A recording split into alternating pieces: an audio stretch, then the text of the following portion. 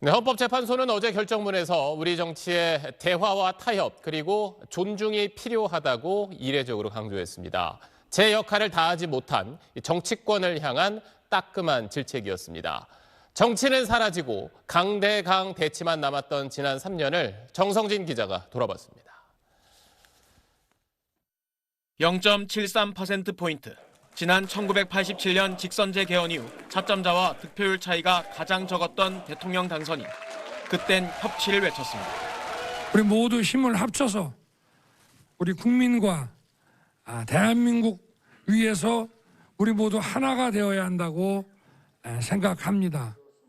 하지만 대통령 임기 내내 불통일한 꼬리표가 붙었습니다.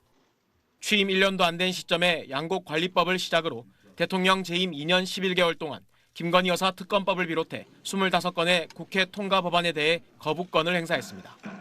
87년 이후 역대 대통령 8명 가운데 윤 전 대통령의 다음인 노태우 전 대통령의 7건보다 4배 가까이 많은 거부권 행사였습니다. 거대 야당이 여야 합의 없이 법안을 단독으로 처리하면 대통령이 거부하는 악순환이었습니다.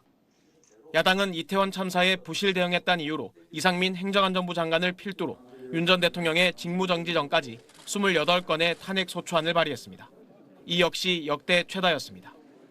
집권 기간을 통틀어 대통령은 제1야당 대표를 딱 한 번 만났습니다. 지난해 4월 29일 여당의 총선 참패 직후였습니다. 하지만 그뿐이었습니다. 지난해 9월 22대 국회 개원식조차 안 갔습니다. 87년 이후 현직 대통령의 개원식 불참은 최초였습니다. 탄핵 소추 등을 이유로 대통령은 정부 예산안을 국회에 직접 설명하는 시정연설도 건너뛰었습니다. 아주 예외적으로 이렇게 하는 건데 이런 거를 막 남발하고 국회에 오지 말라는 얘기다, 이거는. 총칼 대신 이제 말과 절차로 싸우게 만든 게 그게 정치인 거잖아요. 제도 안으로 다시 돌아와라. 그게 하여튼 저는 제일 중요한 말이 돼야 될 것 같아요. 헌법재판소는 어제 윤석열 전 대통령을 파면하면서 이런 판단을 덧붙였습니다. 피청구인과 국회 사이에 발생한 대립은 일방의 책임에 속한다고 보기 어렵고 이는 민주주의 원리에 따라 해소되어야 할 정치의 문제입니다. SBS 정성진입니다.